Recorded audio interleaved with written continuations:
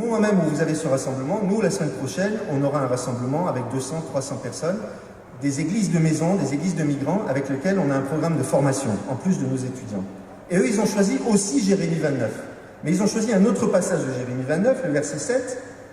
« Recherchez la paix de la ville où je vous ai exilé et intercédez pour elle auprès du Seigneur, car votre paix dépendra de la sienne. » Alors c'est drôle parce que pendant que vous avez ce slogan, je vais vous donner un avenir, une espérance, d'autres prennent autre chose. « Recherchez la paix de la ville où je vous ai exilé et intercédez pour elle auprès du Seigneur, car votre paix dépendra de la sienne. » Donc c'est une déclinaison particulière de la promesse que vous vous êtes, vous, appropriée. Et c'est très révélateur du parcours que font ces églises, ce christianisme que j'ai décrit tout à l'heure, d'un christianisme du bas, dans les quartiers, qui prend en charge beaucoup de souffrances et d'infortunes, et qui se considère, qui est parti d'un cheminement où ces migrants qui arrivent au Maroc se sentent oppressés par l'islam, sont dans une situation de repli sur soi, une situation de dénigrement, de retournement, si vous voulez, du stigmate, c'est-à-dire ce Maroc, c'est un pays de Satan, avec l'islam qui est la religion du diable, etc., etc. Et peu à peu, ces pasteurs migrants qui s'installent, eh bien, comprennent que le Maroc est plutôt accueillant. Et ils entrent dans une nouvelle perspective qu'ils trouvent dans ce verset. « Recherchez la paix de la ville où je vous ai exilé.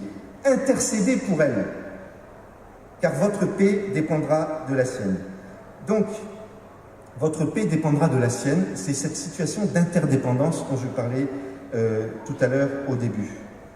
C'est un simple bon sens. C'est-à-dire, chrétiens, croyants, non-croyants, musulmans, tout ce que vous voulez, prennent conscience, doivent prendre conscience, et c'est l'urgence, que notre paix respective dépend de la paix de l'ensemble. Et il y a une sorte de conversion dans ce texte, conversion du regard, conversion du cœur, à laquelle nous, on espère former les gens.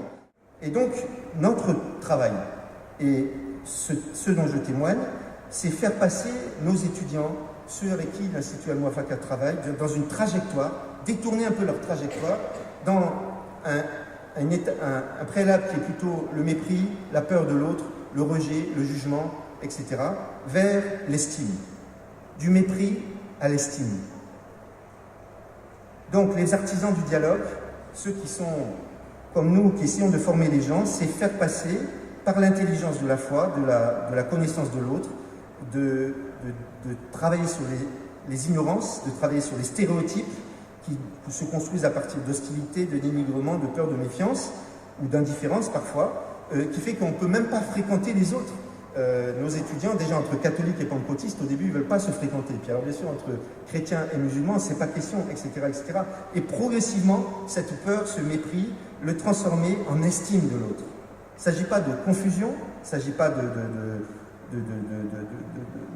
d'abandonner certaines convictions comme l'annonce de l'Évangile ou la bonne nouvelle en Jésus-Christ, mais c'est une conversion de la mentalité religieuse.